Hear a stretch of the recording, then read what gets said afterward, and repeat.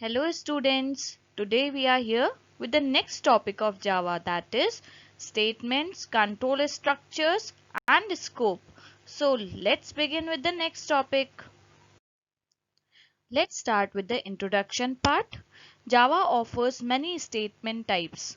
As we have already studied these statements, just we will have one review of this. Single statements, compound statements, empty statements, labeled statements, variable declaration, selection statements, which may be called as constructs also, iteration statements, also another type of construct, and jump statements.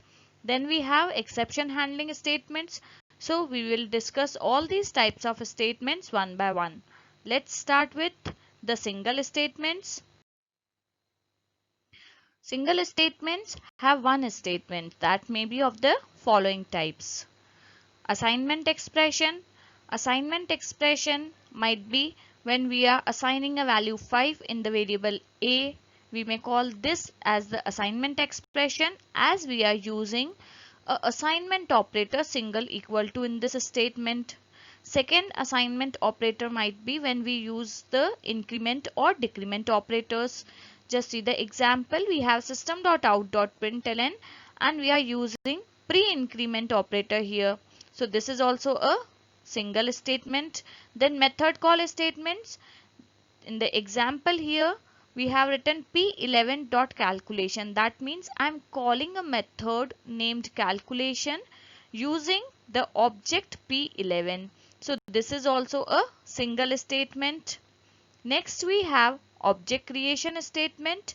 In the example here, we have p1 p11 equal to new p1. That means object is being created of class p1.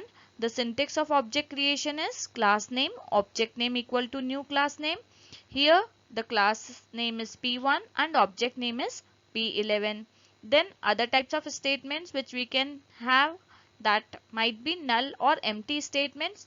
Having just a semicolon is known as null or empty statements. So we can say any statement, a single statement which ends with the semicolon is a single statement. Compound statement or block statement. This is just the opposite of single statement. In single statement, we were having only one statement which will end with the semicolon. But in compound statement or block statement, we can have more than one statement which are enclosed in the curly braces. We may call that block as a compound statement. Just to see the example, class disease. In that I have a function called diagnosis.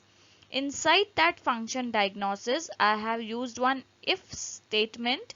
If symptoms is equals to cough and symptom is equals to cold and symptoms equal to fever and symptom equal to problem in breathing, then the statement which should be executed is to consult the doctor immediately.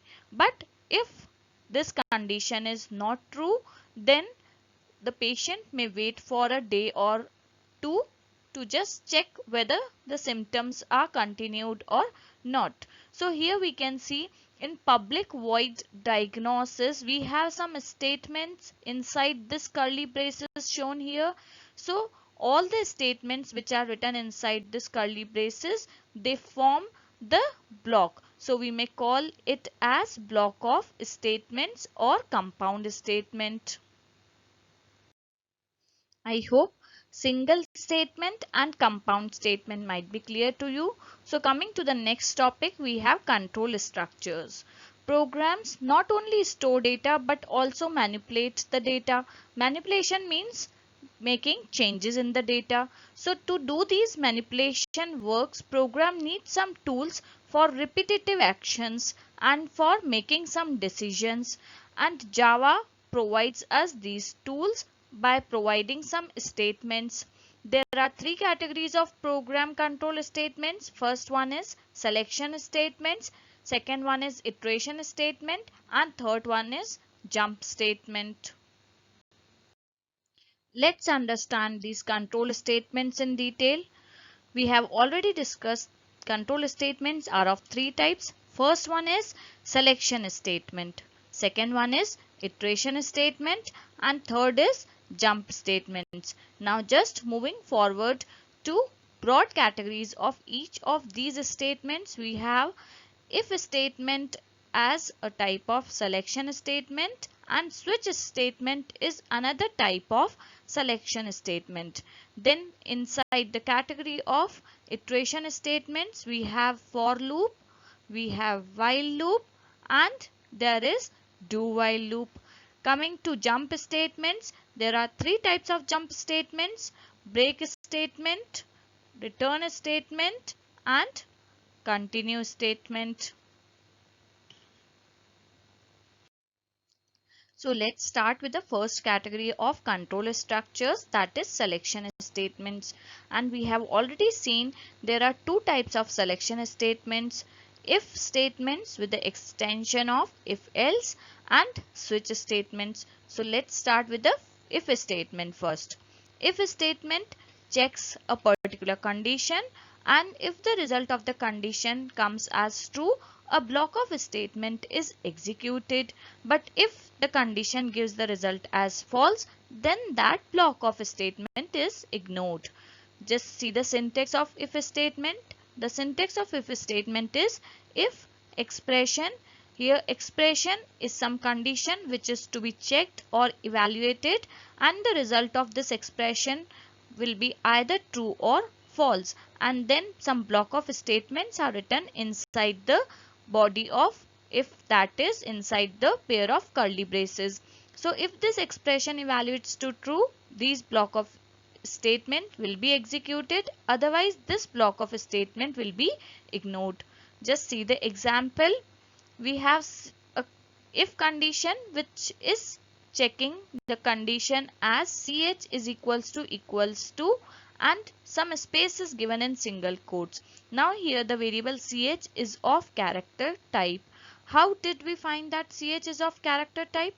Because the ch is compared with some value which is enclosed in single quotes. So we can simply recognize that ch is a variable of character type. So here we are checking the condition if ch has a space. Between the single quotes I have given a space. If ch is having a value of space, then some variable spaces will be incremented by 1. An important note to be seen here: in an if statement, never put a semicolon in the end. Just see the example. If when you are giving if age is greater than 18, this is the condition you are giving, and if you will use a semicolon after this, it will stop there itself and it will not consider the next statements as the part of if statement. So remember never to give a semicolon after the if statement. So this is just the extension of if statement, that is if else statement. In if statement, we were having a block of statement which is to be executed when the condition was true. But what about when the condition is false? So we have an option here in if else statement. When the condition is true, one block of statement is executed, but if it is false, another block of statement is executed. Then one more advantage we have with if else: one operator known as conditional operator or ternary operator can also be used as an alternative to if else statement. Coming back to the syntax of if else statement, we have if expression, then block 1, else block 2. If this condition or the expression is true, then block 1 is executed, but if the condition is false, block 2 will be executed. Just see the example. If n mod 2 is equals to 0. N is some variable having the integer value. It is checked in this condition if the value of n is completely divisible by 2, and then this condition evaluates to true, and if this condition evaluates to true, then the statement that is system.out.println, it is n plus is an even number is executed. But if this statement, if this condition, that is n mod 2 is equals to 0 evaluates to false, then compiler will go to the else part, and the statement system.out.println, the value of n plus is an odd number will be executed. So we have already discussed there is one alternative to if else, that is conditional operator or ternary. Just have a look over it. Java has an operator that can be used as an alternative to if else statement, and that operator is known as conditional operator. Just comparing the syntax of if else and conditional operator. In if else statement, the syntax is if expression 1, then expression 2 should be executed, otherwise expression 3 should be executed. Here expression 1 is the condition, expression 2 is the body of if, and expression 3 is the body of else. Now comparing it with the syntax of conditional operator, we have expression 1 question mark, expression 2 colon, expression 3. That means expression 1 is condition, expression 2 is the body of if, and expression 3 is the body of else. Just see the example of if else. We have if A is greater than B. Here this A is greater than B is an expression 1, and C is equals to A is expression 2, else C is equals to B is expression 3. If the same code we'll translate, we'll change it into the syntax of conditional operator. We have to write first the expression 1. Expression 1 in this example of if else is A greater than B. So we will write here A greater than B. Then a question mark, as now we have to write expression 2. Expression 2 is C is equals to A. So we will write here A, whose value is to be passed to the variable C. Then we have expression 3 after colon. Here expression 3 is C is equals to B. So we will simply write B, as B's value is to be passed into C. Now if we will try to read this statement, A greater than B is expression 1. That means if this condition evaluates to true, then C should store the value of A, otherwise C should store the value of B. Next topic in sequence is nested ifs. If you remember, we have discussed this word nested many times in our videos. Nested means one inside another. We have three types of nested ifs. We will discuss them one after another. So first start with the first nested if. First one is if inside if part. That is, we have if else inside if part. See, this block with the black ink is the outer if, and we have written one more if else inside the if part of outer if. Then this block is the else part of outer if. But one more if else we have written inside the if part, so we will call it as if else inside if part. Next we have if else inside else part.